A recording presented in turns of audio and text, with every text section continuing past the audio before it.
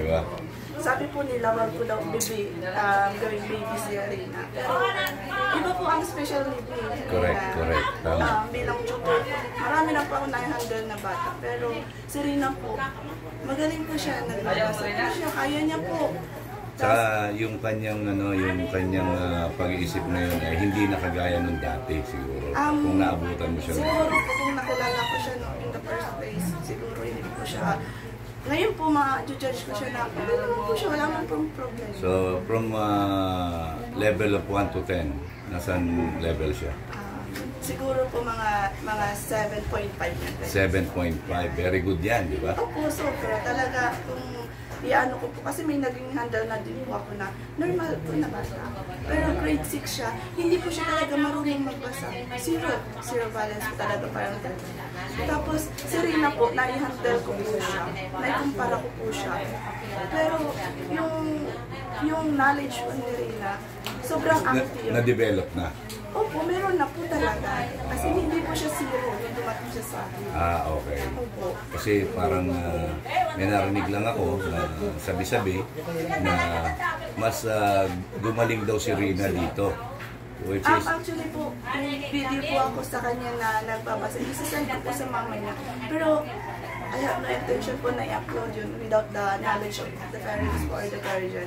Kasi po, alam ko po bilang tutor or may experience sa education na pagtuturo, kailangan po may consent, yes po, ng guardian or ng parents.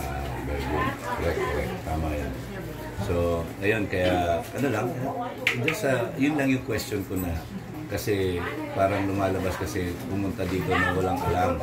So, meaning, sabi ko, hindi po una po, actually po, may assessment po kasi talaga tinatawag.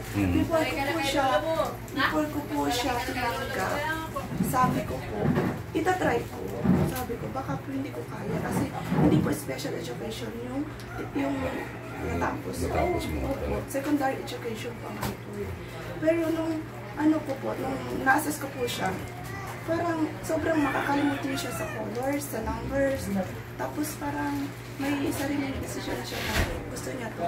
Pero hindi ko po pinabayaan niya na makuha niya yung gusto niya. Okay. Ang sabi ko, kung ano yung gusto ni teacher, susundin mo. Yan po ang sinabi ko sa kanya. Kung gusto mo na maging masaya ka, makikinig ka muna sa nakakatanda sa iyo, sa tutor mo, para alam mo din kung paano mo gagawin yung decision mo. Pero hindi po niya, para kung wala, hindi niya ako nag-iinap. Yung behavior niya, level of 1 to 10. Behavior po niya, sobrang bait po kasi niya Rina. Talagang 10 po, nakikinig po kasi siya. Very good. Parang hindi mo po ma-level ng 1 to 10. 100% po, sure na mabait po siya. May parang ang tawag po dun is yung mannerism na tinatawag na parang halap, baka masaktan ako. Pero hindi. Unang-unang kwento na nung sa magulang nila. Nananakit ko kasi rin. Pero sabi nila, hindi naman na, nakikinig naman ako. Kaya po, ayun po, na-accept natin sa mag-1 week na siya dito sa akin. Ang laki na po na effort. Very good yan. Yun lang ma'am, maraming salamat po sa pagpapaulak sa mga katanungan ko. Yun lang naman kasi ang gusto natin malaman yung nag-improve ba siya, may development ba, or talagang nung na-receive mo siya dito, nung in-endorse siya sa'yo, talagang zero, yun naman pala hindi. Okay, very good yan. Maraming salamat po ma'am. Sa ulitin po, maraming salamat. Thank you. So ayan po mga kalingap.